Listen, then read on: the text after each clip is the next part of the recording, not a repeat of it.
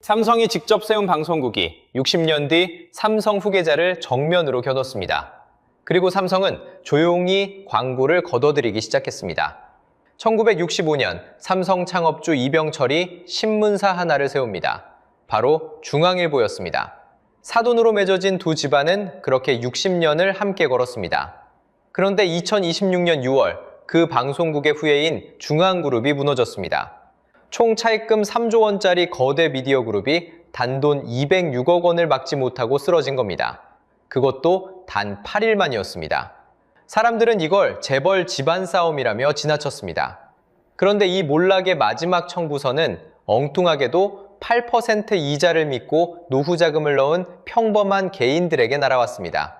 60년 은혜가 어쩌다 배신의 부메랑이 되었는지, 그리고 그 대가를 왜 여러분이 떠안게 됐는지 지금부터 함께 파헤쳐 보겠습니다.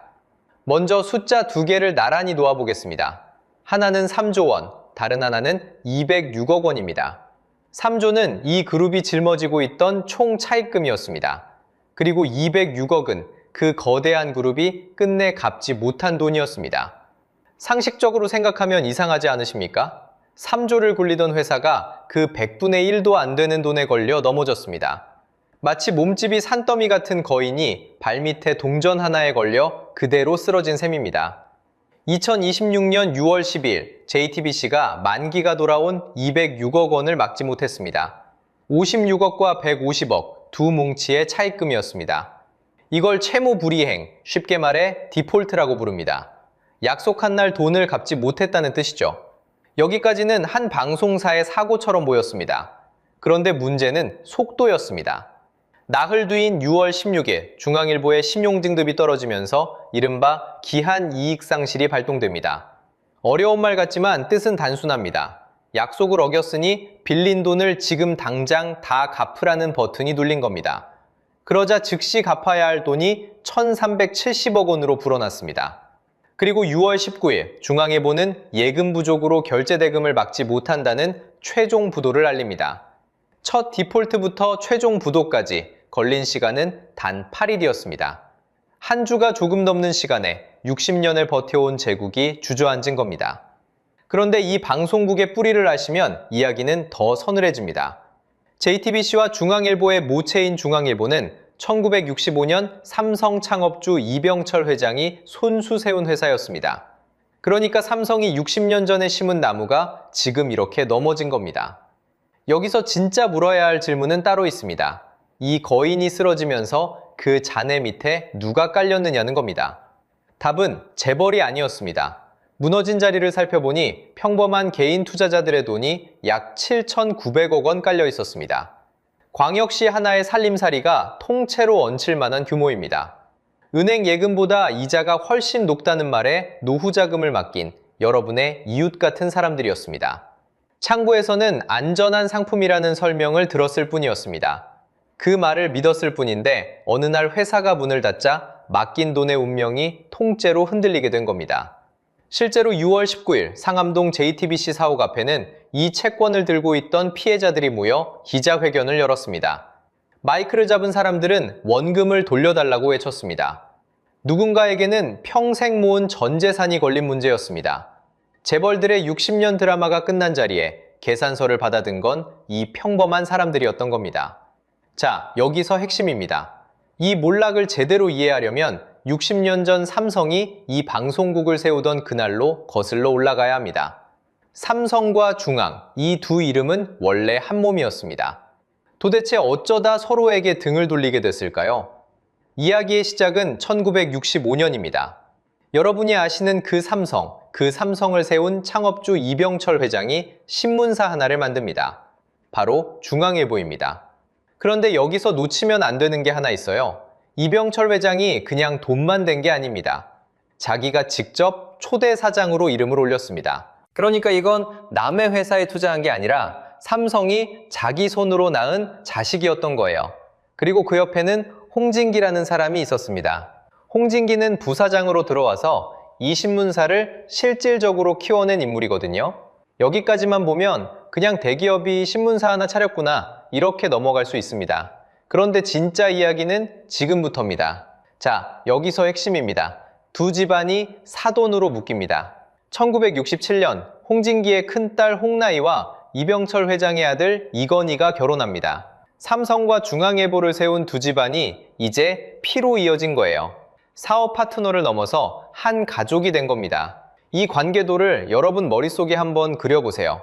이건희의 아내가 홍나희, 그 홍나희의 남동생이 바로 홍석현입니다. 홍석현이 누구냐? 훗날 중앙일보와 JTBC를 이끌게 되는 그 사람입니다. 이건희 입장에서 보면 홍석현은 처남이 되는 거죠. 그럼 이건희의 아들, 지금 삼성을 이끄는 이재용에게 홍석현은 어떤 사람일까요? 외삼촌입니다. 어머니의 남동생, 그러니까 진짜 피가 섞인 가족이에요. 상식적으로 생각해보세요. 삼성 후계자의 외삼촌이 운영하는 방송국. 이보다 더 든든한 뒷배가 어디 있겠습니까? 그러다 1999년 두 그룹은 서류상으로 살림을 나눕니다. 중앙일보가 삼성그룹에서 공식적으로 계열 분리를 한 거예요. 계열 분리라는 말이 어렵게 들리실 텐데요. 쉽게 말하면 한 지붕 아래 같이 살던 대가족이 각자 집을 따로 차려 독립하는 겁니다. 서류상으로는 남남이 됐습니다. 하지만 방금 그린 가족관계도가 어디 가겠습니까? 피로 얽힌 그 끈은 그대로 남아 있었던 거죠. 그리고 결정적인 순간이 옵니다. 2013년 중앙그룹은 종합편성 채널 JTBC에 손석희라는 앵커를 데려옵니다. 손석희는 당시 방송계에서 신뢰의 상징 같은 인물이었습니다.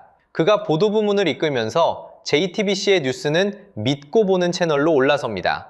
광고가 붙고 시청률이 오르고 영향력이 커졌습니다. JTBC의 전성기가 이렇게 열린 거예요.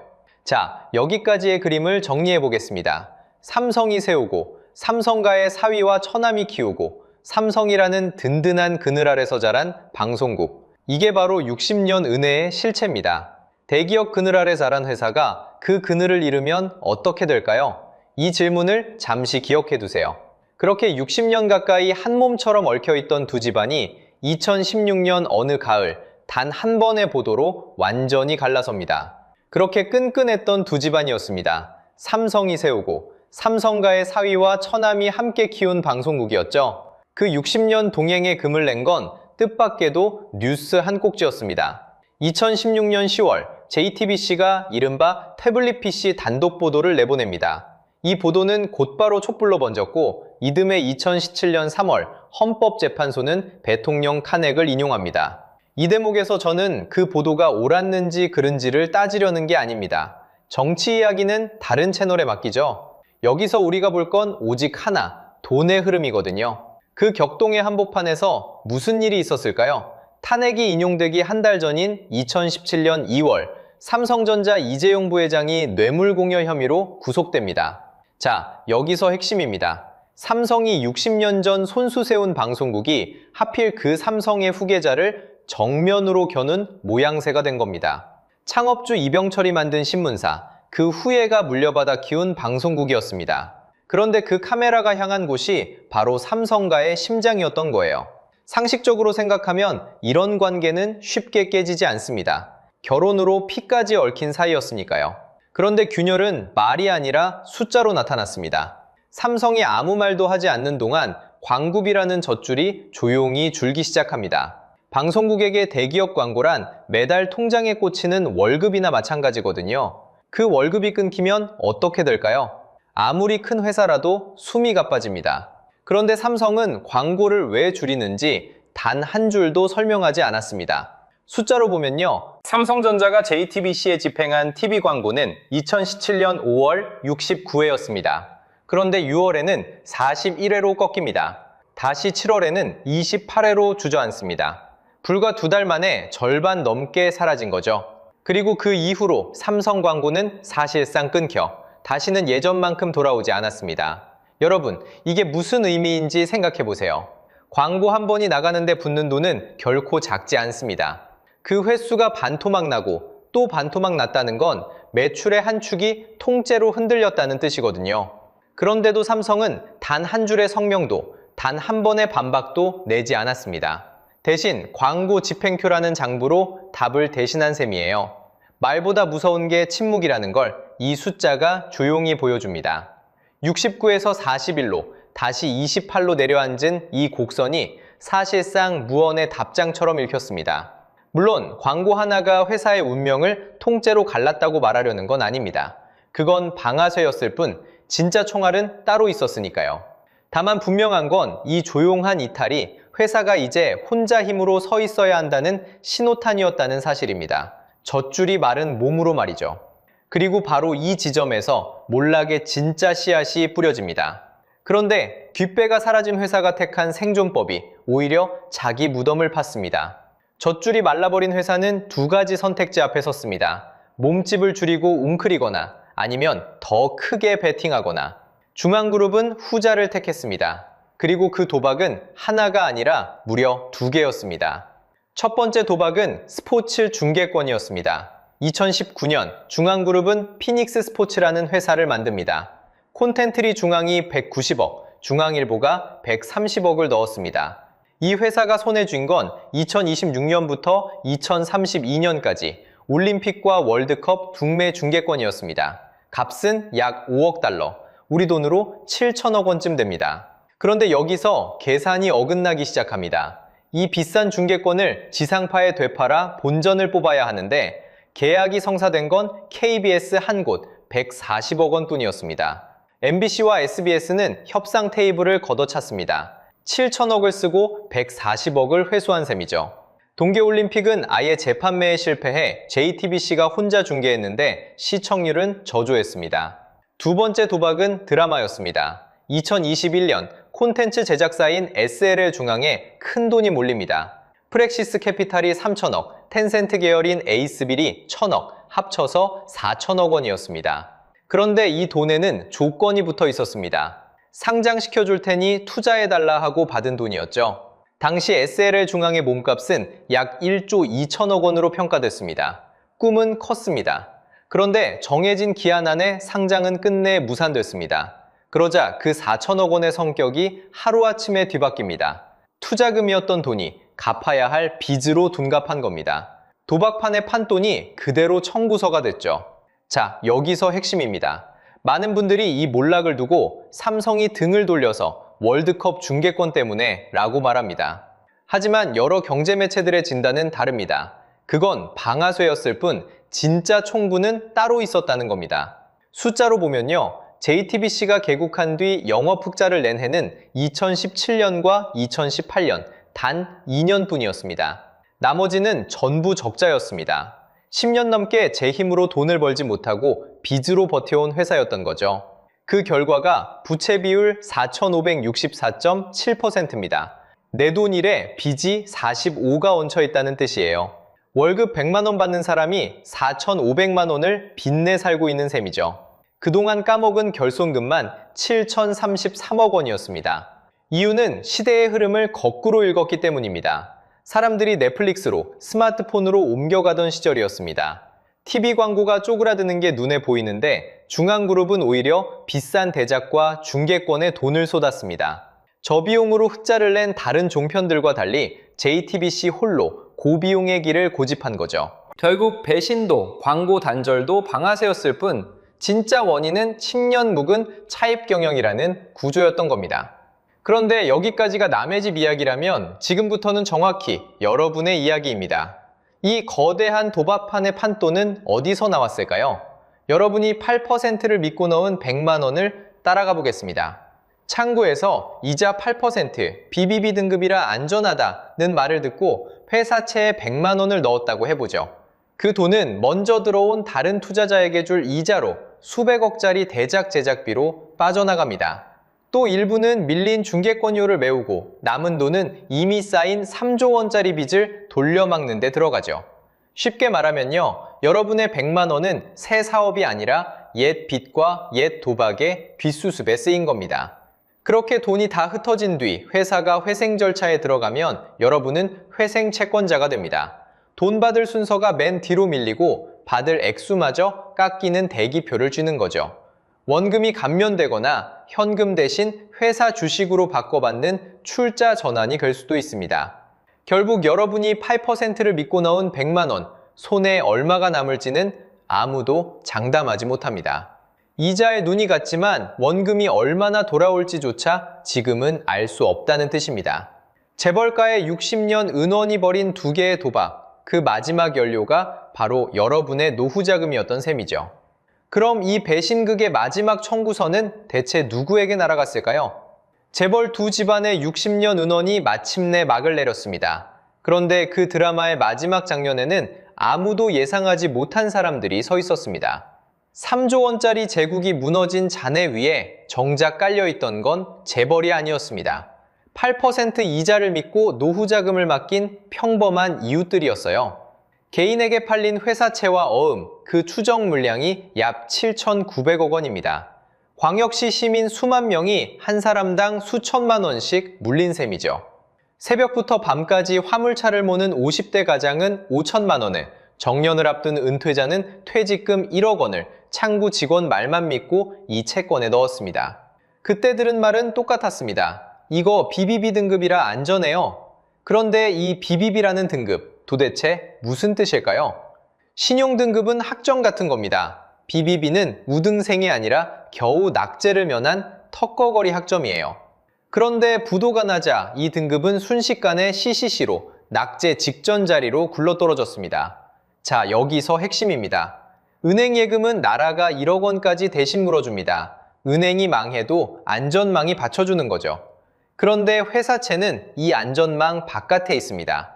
회사가 이자 쳐서 갚을게요 하고 써준 차용증일 뿐 나라가 보증하는 상품이 아니거든요. 회사가 넘어지면 그 손실은 오롯이 개인이 떠왔습니다. 예금자 보호라는 우산이 이 사람들 머리 위엔 처음부터 없었던 거예요. 그럼 지금 이분들의 돈은 어떻게 됐을까요? 2026년 7월 2일 현재 상황은 아직도 안개 속입니다. 지난 6월 30일 서울회생법원은 중앙홀딩스 등 4개 계열사의 회생 절차 개시를 결정했습니다. 이제 채권자는 돈 받을 순서가 맨 뒤로 밀리고 액수까지 깎이는 대기표를 받게 된 겁니다. 반면 그룹의 얼굴이던 JTBC는 개시가 보류돼 7월 30일까지 운명이 미정입니다. 중앙일보는 홀로 워크아웃을 신청하며 각자 도생에 나섰습니다. 회사들은 이렇게 살기를 찾아 흩어졌습니다. 그런데 채권을 준 개인들은 흩어질 곳도 없이 대기표만 손에 준 채 기다리고 있는 거예요. 문제는 이 불안이 중앙그룹 한 곳에서 멈추지 않았다는 겁니다. 사태 직후 BBB 등급 3년짜리 회사채 금리가 약 10.1%까지 치솟았습니다. 중앙일보가 발행한 채권값은 약 30%가 빠졌습니다. 1억을 넣었다면 장부상 3천만 원이 하루아침에 증발한 셈이죠. 게다가 2달 전 JR글로벌리츠 회생의 홈플러스 사태까지 겹쳤습니다. 얼어붙은 시장 위로 중앙그룹이 쓰러지자 다음 차례는 대체 누구냐는 공포가 번졌습니다. 여기서 잠깐 미국을 볼까요? 미국에도 이자가 높은 위험한 채권이 있습니다. 이걸 정크본드, 우리말로 초기 등급 채권이라 부릅니다. 이름부터 솔직하죠?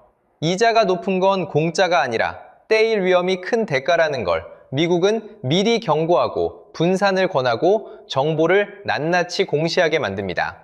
그런데 우리 개인은 이걸 어떻게 만났나요? 고금리는 좋은 상품이라는 한 줄로만 접했습니다. 위험이라는 뒷면은 창구에서 지워져 있었던 거예요. 그러니 여러분, 지금부터 3가지만 기억하세요. 첫째, 예금자 보호 대상인지 물으세요. 원금 보장되나요?가 아니라 예금자 보호 되나요? 라고 콕 짚어야 답이 정확합니다. 둘째, 신용등급이 정확히 몇 등급인지 확인하세요. 셋째, 한 곳에 몰아넣지 마세요. 달걀을 한 바구니에 담으면 엎어지는 순간 전부 깨지니까요.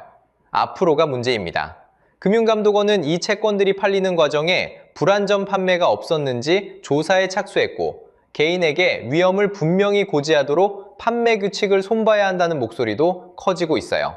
결국 재벌들의 60년 싸움 끝에 날아온 마지막 청구서는 화물차 기사와 은퇴자의 노후자금이 배신 받아들었습니다.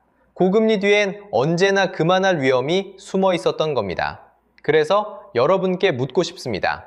은행 창구에서 이 상품 원금 보장되나요? 라고 직접 물어본 적 있으신가요? 여러분의 경험을 댓글로 나눠주세요. 다음 영상에서는 8%보다 더 위험한 얼굴로 다가오는 전단체, 그리고 고금리를 내세운 저축은행의 민낯을 파헤쳐 보겠습니다. 오늘 영상이 유익하고 재밌으셨다면 구독과 좋아요 부탁드리겠습니다. 시청해주셔서 감사합니다. 여러분은 스페인 제국하면 뭐가 떠오르시나요? 무적 함대를 거느린 세계 최강의 나라였습니다. 그런데 그 거대한 제국을 무너뜨린 건 외부의 적이 아니었습니다. 바로 스페인 자신이었습니다. 상식적으로 생각하면 이상하죠? 세계의 은을 다 가진 최강 제국이 누가 쳐들어오지도 않았는데 스스로 무너졌거든요. 자, 여기서 핵심입니다. 스페인은 가장 잘 나가던 그 순간에 제 손으로 제 발등을 찍었습니다. 그것도 한 번이 아니라 정확히 4번이나요. 그 첫 단추가 어디서 잘못 꿰었는지 4번의 선택을 하나씩 따라가다 보면요. 지금 한국이 하고 있는 선택과 소름 끼치게 겹칩니다. 그 결정적인 실수들을 지금부터 함께 파헤쳐 보겠습니다. 여러분, 세계 최강이었다는 그 스페인이 도대체 얼마나 강했을까요? 이야기는 1492년 단 한 해에 벌어진 3가지 사건에서 시작됩니다. 그해 스페인은 이슬람 세력의 마지막 거점이었던 그라나다를 함락시킵니다. 무려 800년 가까이 이어진 영토 전쟁을 끝낸 거죠. 같은 해 콜럼버스가 신대륙으로 가는 항로를 열었고 흩어져 있던 왕국들은 하나로 묶입니다. 쉽게 말하면요, 영토 통일과 신대륙 진출이 같은 해에 동시에 터진 겁니다. 운명이 한꺼번에 손을 들어준 셈이죠. 이 출발선에서 80년 남짓 만에 스페인은 인류 역사에 손에 꼽히는 제국으로 솟아오릅니다. 그 크기가 어느 정도였을까요? 가장 컸을 때 제국의 영토는 약 1300만 제곱킬로미터에 달했습니다. 숫자로만 보면 감이 잘 안 오시죠? 한반도를 약 60개쯤 이어붙인 넓이입니다. 당시 세계 지도를 펼쳐놓고요. 스페인 땅에 빨간색을 칠한다고 생각해보세요. 빨간색이 안 들어간 대륙을 찾는 게 더 빠를 정도였습니다. 유럽 본토부터 아메리카 대륙, 그리고 저 멀리 아시아의 필리핀까지요. 그래서 사람들은 이 나라를 해가 지지 않는 제국이라고 불렀습니다. 한쪽 영토에서 해가 져도 지구 반대편 영토에선 해가 떠 있었으니까요. 인류가 그때까지 본 적 없는 규모의 나라였습니다. 자, 여기서 핵심입니다. 이 제국을 떠받친 건 군대가 아니라 돈이었습니다. 그리고 그 돈은 바로 은이었죠. 신대륙 깊숙한 곳에서 1545년 거대한 은광이 발견됩니다. 이후 무려 250년 동안 은이 캐어나온 곳, 바로 남아메리카 볼리비아의 포토시라는 도시였습니다. 16세기 후반 전 세계에서 캐낸 은의 최대 60%가 이 한 곳에서 쏟아져 나왔습니다. 지구를 돌던 은 10덩이 중 6덩이가 여기서 나온 셈이죠. 그러니 포토시로 사람과 돈이 미친 듯이 몰려들었습니다. 한창 때 이 도시의 인구는 16만에서 20만 명에 이르렀거든요. 같은 시기 런던이나 파리에 맞먹는 규모였습니다. 쉽게 말하면요, 황량한 산골짜기에 16세기판 강남, 16세기판 실리콘밸리가 솟아오른 겁니다. 그리고 그 은이 거대한 함대에 실려 바다를 건너 전부 스페인 왕실로 흘러들어갔죠. 이 어마어마한 제국을 다스린 인물이 펠리페 2세였습니다. 그런데 이 군주, 칼을 들고 전장을 누비는 정복자가 아니었습니다. 그는 마드리드의 책상 앞에 앉아 있었습니다. 지구 반대편에서 올라오는 보고서를 읽고 깨알 같은 글씨로 지시를 적어 내려보내는 사람이었죠. 말하자면 서류 위에서 세계를 통치한 제왕이었습니다. 멕시코의 광산도, 필리핀의 항구도, 유럽의 전쟁터도 전부 그의 책상 위를 거쳐갔습니다. 종이 한 장으로 지구 반대편이 움직이는 그런 권력이었습니다. 생각해보세요. 해가 지지 않는 땅, 세계 은의 60%, 그리고 책상 하나로 굴러가는 거대한 제국. 이쯤 되면 누가 봐도 이 나라가 무너질 이유는 단 하나도 없어 보였습니다. 영원히 갈 것 같았죠. 그런데 바로 이 영광의 한복판에서 스페인은 첫 번째 자충수를 둡니다. 그 첫 번째 자충수는 놀랍게도 돈이나 군대가 아니라 바로 사람을 내치는 일이었습니다. 때는 1492년 그라나다를 함락시킨 바로 그 해입니다. 스페인은 알람브라 칙령을 내립니다. 유대인을 향한 추방령이었습니다. 당시 스페인에 살던 유대인은 약 30만 명, 이 가운데 수만에서 10수만 명이 짐을 싸야 했습니다. 나머지 상당수는 기독교로 개종을 강요당했고요. 여기서 한 가지 짚고 넘어가야 합니다. 쫓겨난 이들이 도대체 누구였을까요? 당시 유대인은 금융과 상업, 의학을 떠받치던 핵심 계층이었습니다. 쉽게 말하면요, 돈을 굴리고 거래를 트고 사람을 살리던 전문가 집단이었습니다. 한 나라가 가장 일 잘하는 부서를 통째로 내보낸 셈이죠. 경제학에서는 이걸 인적 자본의 유출이라고 부릅니다. 사람 머릿속에 쌓인 기술과 심용, 그 자체가 돈이 되는 자산이라는 뜻인데요. 그 자산이 제 발로 국경 밖으로 걸어나간 겁니다. 공장이나 금고는 두고 갈 수 있어도 사람의 머릿속은 챙겨 떠나거든요. 그렇게 빠져나간 거래망과 신용은 다시 채우기가 어렵습니다. 수십 년에 걸쳐 쌓인 거니까요. 그런데 더 황당한 건 이게 시작에 불과했다는 겁니다. 100여 년이 흐른 뒤 스페인은 똑같은 자충수를 한 번 더 둡니다. 1609년부터 1614년까지 이번엔 모리스코였습니다. 모리스코는 기독교로 개종한 이슬람계 주민을 말합니다. 그 수가 약 27만 5천에서 30만 명, 당시 스페인 인구의 약 4%에 달했습니다.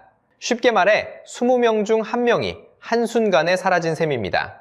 이들은 농사와 수공업을 떠받치던 손이었습니다. 특히 발렌시아 지방의 피해가 컸습니다. 이곳에서만 약 12만 명이 떠나야 했거든요. 한국 풍경을 한번 떠올려 보세요. 줄지어 배에 오르는 사람들, 짐이라곤 옷 몇 벌과 곡식 자루가 전부였습니다. 평생 일군 밭과 집은 그 자리에 두고 떠나야 했죠. 그들이 떠난 들판은 누가 갈았을까요? 아무도 갈지 못했습니다. 일손이 빠지자 농촌은 그대로 주저앉았습니다. 사람이 빠진 자리에는 잡초만 자랐고요. 거두던 곡식도 짜던 비단도 함께 멈췄습니다. 여기서 이런 반론이 나올 수 있습니다. 종교를 하나로 묶기 위해선 어쩔 수 없었던 것 아니냐? 일리는 있는 말입니다. 문제는 그 대가가 너무 컸다는 거죠. 신앙은 하나가 됐을지 몰라도 나라를 먹여 살리던 손과 머리가 텅 비어버렸으니까요. 자, 그럼 쫓겨난 사람들은 어디로 갔을까요? 바로 여기가 핵심입니다. 한쪽이 내다버린 인재를 옆 나라들이 두 팔 벌려 받아 안았거든요. 추방당한 유대인을 받아들인 곳이 암스테르담입니다. 이 도시는 17세기 유럽 금융의 심장으로 떠올랐습니다. 또 종교 박해를 피해 건너온 위그노를 품은 런던은요. 은행과 실크 산업이 빠르게 자라났습니다. 똑같은 사람을 두고 운명이 완전히 갈린 겁니다. 한쪽은 일 잘하는 직원을 제 손으로 내쫓았고요.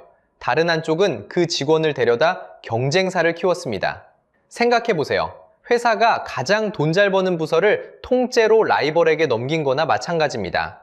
결국 스페인은 미래의 적에게 자기 인재를 헌납한 꼴이 됐습니다. 사람을 잃은 자리를 스페인은 하늘에서 쏟아진 은으로 메우려 했습니다. 그리고 그게 두 번째 자충수가 됩니다. 그렇습니다. 가장 일 잘하는 사람들을 제 손으로 내보낸 그 빈자리를 스페인은 사람이 아니라 돈으로 메우려 했습니다. 마침 신대륙에서는 은이 끝없이 쏟아지고 있었거든요. 앞서 말씀드린 그 포토시의 은입니다. 16세기 후반 전 세계에서 캐낸 은의 최대 60%가 이 산 하나에서 나왔으니 그야말로 하늘이 내린 노다지였죠. 자, 여기서 한번 생각해 보세요. 일하지 않아도 돈이 끝없이 들어오면 사람은 어떻게 될까요? 로또 1등이 매달 통장에 따박따박 꽂힌다고 상상해 보시는 겁니다. 처음엔 부지런히 일하다가도 어느 순간 일할 마음이 싹 사라지잖아요. 나라도 똑같았습니다. 스페인은 은이 쏟아지자 물건을 만들어 파는 법, 그러니까 버는 법을 서서히 잊어버립니다. 대신 쓰는 법만 빠르게 익혔어요. 그런데 공짜 돈에는 반드시 청구서가 따라붙습니다. 은이 유럽 전역에 풀리자 돈의 가치가 뚝뚝 떨어지기 시작했어요. 돈이 흔해지면 물건값이 오릅니다. 이걸 역사에서는 가격혁명이라고 부릅니다. 쉽게 말하면요, 돈이 너무 많이 풀려서 물가가 폭탄처럼 터진 거대한 인플레이션입니다. 약 150년에 걸쳐 유럽의 물가가 무려 6배로 뛰었어요. 문제는 스페인이 가장 심하게 맞았다는 겁니다. 은이 가장 먼저 도착하는 나라였으니까요. 물가가 6배로 뛰면 무슨 일이 벌어질까요? 스페인에서 만든 옷감, 스페인에서 만든 물건은 죄다 비싸졌습니다. 옆나라 제품은 싼데 우리 것만 비싸니 아무도 스페인 물건을 안 삽니다. 심지어 스페인 사람들조차 자기 나라 물건을 버리고 값싼 외국산을 샀어요. 한번 상상해보세요. 평생 옷감을 짜며 살아온 직조공 입장에서는 어느 날부터 자기 천이 안 팔리기 시작하는 겁니다. 옆 나라보다 솜씨가 없어서가 아니라 그저 나라에 은이 너무 많이 풀려서요. 그러니 자국 공장들이 하나둘 문을 닫습니다. 은이 제 나라 산업을 죽인 거예요. 경제학에는 이런 현상을 가리키는 말이 있습니다. 자원의 저주 혹은 네덜란드병이라고 합니다. 한 가지가 너무 잘 벌리는 바람에 나머지 산업이 죄다 말라 죽는 병을 말하는 거죠. 스페인은 바로 그 병의 원조였습니다. 자, 이제 진짜 핵심입니다. 그 많던 은이 다 어디로 샜을까요? 답은 충격적이게도 적국이었습니다. 캐낸 은 한 입을 따라가 보겠습니다. 포토시에서 배에 실린 은이 스페인 항구에 도착합니다. 그런데 이 돈은 스페인에 머물 틈이 없었어요. 먼저 끝없는 전쟁 비용으로 빠져나갑니다. 유럽 곳곳에서 벌인 전쟁과 무적 함대 같은 군사 모험은 한 나라의 살림을 통째로 거덜낼 규모였거든요. 다음은 왕실의 사치와 빚 이자로 빠집니다. 그리고 남은 은은 외국에서 사온 물건값으로 나갑니다. 자기 나라 공장이 다 죽었으니 옷이며 무기며 죄다 수입해 써야 했으니까요. 그 은이 최종적으로 어디에 도착했는지 보면 더 기가 막힙니다. 상당량이 네덜란드와 영국으로 흘러갔어요. 스페인과 싸우던 바로 그 나라들입니다. 그 돈으로 네덜란드는 무역과 금융을, 영국은 자기네 공장을 키웠습니다. 거기서 그치지 않았어요. 캐낸 은의 3분의 1에서 절반은 필리핀 마닐라를 거쳐 저 멀리 중국까지 흘러들어갔습니다. 마닐라 항구를 떠난 거대한 무역선들이 비단과 도자기를 싣고 오면서 그 값으로 스페인의 은을 중국에 쏟아부은 거죠. 정리하면 이렇습니다. 스페인이 목숨 걸고 캐낸 은으로 정작 부자가 된 건 스페인이 아니라 네덜란드와 영국, 그리고 중국이었던 겁니다. 결과는 어땠을까요? 세계 제1의 부자 나라가 빚더미에 올라앉았습니다. 펠리페 2세는 자기 치세 동안 국가 파산을 무려 4번이나 선언합니다. 1557년, 1560년, 1575년, 그리고 1596년이었어요. 국가 파산이라는 게 뭐냐면요. 나라가 빚을 더는 못 갚겠다고 두 손 들어버리는 겁니다. 특히 1575년에는 갚아야 할 빚이 한 해 세금으로 걷는 돈의 약 2배까지 불어났습니다. 한 해 버는 돈의 2배를 빚으로 진 셈이니 결국 못 갚겠다며 사실상 상환을 거부해버렸어요. 이 대비가 보이십니까? 전 세계 은의 60%를 쥐고 있던 나라가 같은 시기에 파산을 4번 했습니다. 세계에서 돈이 제일 많은데 세계에서 빚을 제일 못 갚는 나라가 된 거예요. 곳간에 은이 산더미처럼 쌓여 있는데 정작 곳간 주인은 빚쟁이한테 쫓기고 있었던 겁니다. 가진 걸 키울 생각은 안 하고 쓰기만 하면 아무리 많은 보물도 결국 남의 주머니를 채워준다는 걸 스페인이 온몸으로 보여준 셈이죠. 여기서 진짜 비극이 시작됩니다. 옆 나라들은 그 사이 완전히 다른 길을 가고 있었거든요. 은이 떨어지면 다시 캐면 되고 산업이 무너졌으면 다시 세우면 됩니다. 그런데 스페인은 그걸 못했습니다. 왜냐고요? 세상이 완전히 바뀌고 있는데 스페인 혼자만 그 자리에 멈춰서 있었거든요. 비슷한 시기 바다 건너 영국과 네덜란드는 전혀 다른 길을 걷고 있었습니다. 이들은 은이 쏟아지지 않았습니다. 그래서 오히려 머리를 썼죠. 물건을 직접 만들어 파는 공장을 세우고 돈을 빌려주고 굴리는 은행과 주식회사를 만들고 배를 띄워 세계 곳곳에 내다 파는 무역 시스템을 짰습니다. 쉽게 말하면요. 돈이 저절로 들어오는 나라가 아니라 돈 버는 기계를 만드는 나라가 된 겁니다. 여기서 핵심이 하나 있습니다. 산업화라는 건 결국 물건을 직접 만들어 파는 공장을 짓는 일입니다. 한번 잘 지어 놓으면 많이 만들수록 한 개당 비용은 점점 싸지죠. 이걸 규모의 경제라고 부릅니다. 영국은 바로 이 길로 들어선 거예요. 그런데 스페인은 어땠을까요? 손만 뻗으면 은이 잡히는데 왜 굳이 공장을 짓겠습니까? 필요한 물건은 그냥 영국이나 네덜란드에서 사오면 됐거든요. 스마트폰 시대가 코앞인데 혼자 피처폰 공장만 늘린 격이었습니다. 곳간에 쌀이 가득하다고 농사를 안 지으면 쌀이 떨어지는 순간 굽는 법이죠. 스페인은 산업화라는 첫 단추를 통째로 놓쳐버렸습니다. 그런데 여기서 가장 소름 돋는 사실이 나옵니다. 스페인의 은으로 부자가 된 게 다름 아닌 스페인을 이긴 나라들이었거든요. 앞서 봤듯이 그 막대한 은은 전쟁비와 왕실 사치, 수입품 값으로 빠져나가 결국 영국과 네덜란드로 흘러갔습니다. 그런데 진짜 핵심은 그 다음입니다. 그 은이 영국과 네덜란드의 공장을 돌리는 자본이 되고 그 자본이 다시 산업혁명의 종잣돈이 됐다는 거죠. 내가 평생 캐낸 돈으로 내 경쟁자가 나를 이길 무기를 만들어준 셈입니다. 이보다 더 허망한 역설이 또 있을까요? 물론 스페인이 곧바로 무너진 건 아닙니다. 18세기 보르본 왕가 때는 잠깐 기력을 회복하는 듯한 중흥기도 있었거든요. 하지만 첫 단추가 어긋난 흐름은 끝내 되돌리지 못했습니다. 결정적인 마침표는 1898년에 찍힙니다. 미국과의 전쟁에서 패하면서 마지막 식민지였던 쿠바와 푸에르토리코, 그리고 필리핀까지 모두 잃었습니다. 특히 필리핀은 단돈 2천만 달러에 미국에 팔아넘겼습니다. 한때 해가 지지 않던 제국이 영토를 헐값에 매물로 내놓는 신세가 된 거죠. 이게 사실상 제국의 공식적인 종언이었습니다. 추락은 거기서 멈추지 않았습니다. 1936년부터 3년간 이어진 내전으로 약 50만 명이 목숨을 잃었습니다. 그리고 그 뒤들어선 프랑코 정권은 빗장을 걸어 잠그고 자급자족하는 고립경제를 택했습니다. 세상과 담을 쌓은 채 이미 한참 앞서간 다른 나라들과의 격차는 더 벌어졌습니다. 변화를 거부한 대가가 한 세대로 끝나지 않았던 겁니다. 인재를 내쫓고 음에 취하고 산업을 벌인 그 선택들이 쌓여 무려 3세대를 통째로 잡아먹었습니다. 그럼 500년이 지난 지금 스페인은 정신을 차렸을까요? 놀랍게도 4번째 자충수는 지금 이 순간에도 이어지고 있습니다.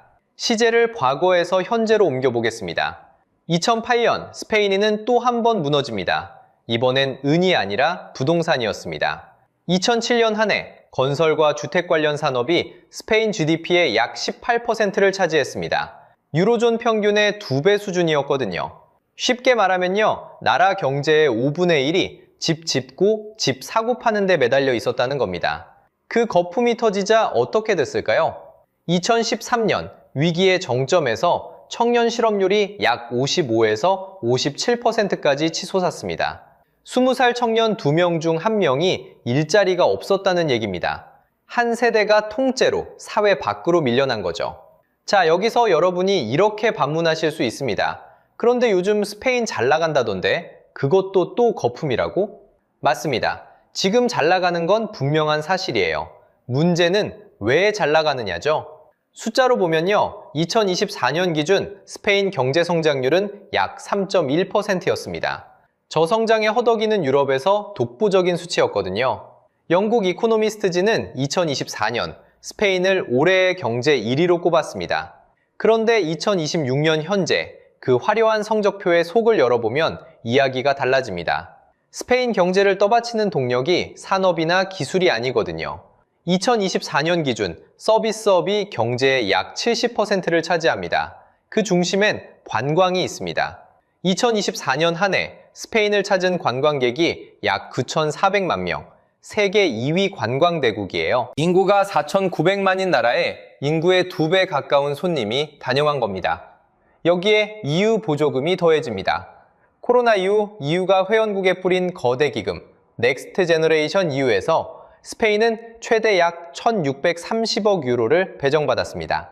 우리 돈으로 260조 원이 넘는 규모죠. 그런데 이 돈 집행 시한이 2026년 8월입니다. 바로 코앞이에요. 그러니까 지금 스페인의 호황은 관광과 보조금이라는 외부 수혈로 돌아가고 있는 셈입니다. 쉽게 말하면요, 월급은 그대로인데 신용카드 한도로 사는 것과 비슷합니다. 카드값 돌아오는 날, 그게 2026년 8월인 거고요.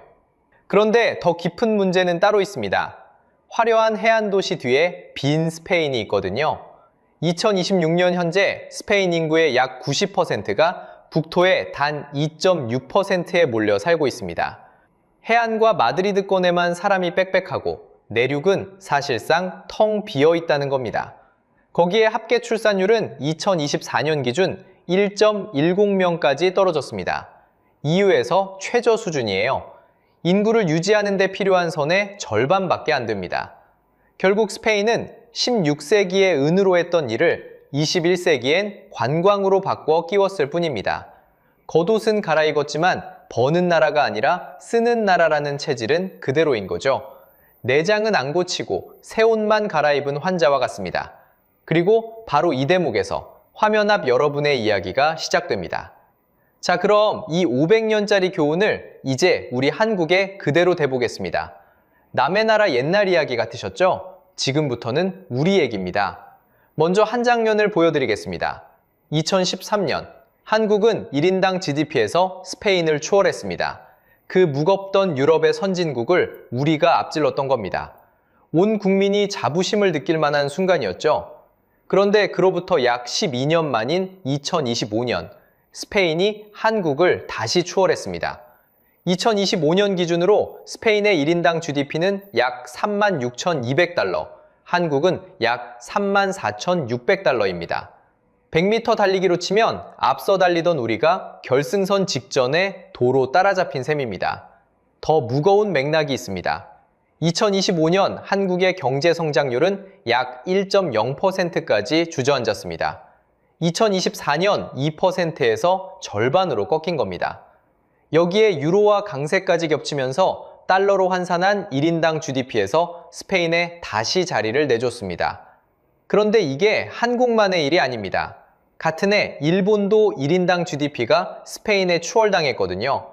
한때 세계를 호령하던 동아시아 제조강국 둘이 나란히 숨고르기에 들어간 셈이죠. 자, 여기서 핵심입니다. 스페인이 걸었던 4번의 실수가 지금 우리 거울에 비치고 있습니다. 거울 3개를 보여드리겠습니다. 첫 번째 거울, 한 가지에 기대는 체질입니다. 스페인은 은 하나에 기댔죠. 한국은 무엇에 기대고 있을까요? 2025년 한국 수출은 약 7,100억 달러로 역대 최대를 찍었습니다. 그런데 그중 반도체 한 품목이 24.4%, 그러니까 수출 4달러 중 1달러가 반도체에서 나옵니다. 한쪽 다리로 서 있는 거인인 셈이죠. 그 다리가 휘청하면 거인 전체가 흔들립니다. 두 번째 거울, 텅 비어가는 안쪽입니다. 스페인은 인구의 약 90%가 북토의 2.6%에 몰려 살고 내륙은 텅 비었습니다. 우리는 어떨까요? 2024년 기준 인구의 절반 이상이 수도권에 모여 있고 소멸 위험 지역은 130곳, 전체 시군구의 약 57%에 달합니다. 광역시인 부산마저 소멸 위험에 처음 들어섰습니다. 빈 스페인의 한국판이 지금 우리 지방에서 진행되고 있는 겁니다. 세 번째 거울, 다음 세대입니다. 스페인 출산율은 2024년 1.10명까지 떨어졌습니다. 그런데 한국은 그보다도 낮은 자리에서 오래 머물러 왔죠. 사람을 잃은 자리는 은으로도 반도체로도 메울 수 없습니다. 그래서 결론은 이렇습니다. 스페인은 은을 캐서 썼고 한국은 반도체를 심어서 길렀습니다. 분명히 출발은 다릅니다. 그런데요, 그 반도체 하나에만 기대고 사람과 지역을 키우는 일을 미뤄두는 순간 우리도 결국 심는 나라에서 쓰는 나라로 바뀝니다. 제국은 적이 무너뜨리는 게 아니었습니다. 가장 잘 나가던 정점에서 자기가 무엇을 선택하느냐가 30년 뒤를 정한 거죠. 그 첫 단추를 지금 한국이 꿰고 있는 중입니다. 자, 그럼 처음으로 돌아가서 정리해 보겠습니다. 세계 최강이던 스페인은 적에게 진 게 아니었습니다. 첫째, 가장 돈 되는 사람들을 자기 손으로 내쫓았습니다. 둘째, 하늘에서 쏟아진 은에 취해보는 법을 잊었습니다. 셋째, 세상이 산업혁명으로 바뀌는데 혼자 멈춰섰습니다. 넷째, 500년이 지난 지금도 거품과 관광에 다시 기대고 있죠. 네 번의 선택은 전부 달라 보이지만 공통점은 딱 하나였습니다. 가진 걸 키우지 않고 쓰기만 했다는 겁니다. 앞으로가 중요합니다. 스페인은 EU 보조금이라는 마지막 실탄을 2026년 8월까지 쓸 수 있습니다. 그 돈으로 체질을 바꾸면 5번째 실수를 피할 거고 또 관광에 흘려보내면 같은 길을 반복할 겁니다. 그리고 한국은 아직 단추를 꿰는 중입니다. 늦지 않았다는 뜻이기도 하죠. 그래서 여러분께 묻고 싶습니다. 여러분은 지금 한국이 가진 걸 키우고 있다고 보시나요? 아니면 쓰고 있다고 보시나요? 여러분의 생각을 댓글로 꼭 남겨주세요. 스페인이 둘지도 모를 5번째 자충수, 그리고 한국이 지금 깨고 있는 그 첫 단추, 이야기가 궁금하신 분들을 위해 다음 영상도 준비하겠습니다. 오늘 영상이 유익하고 재밌으셨다면 구독과 좋아요 부탁드리겠습니다. 영상 제작에 큰 힘이 됩니다. 다음 영상에서 뵙겠습니다.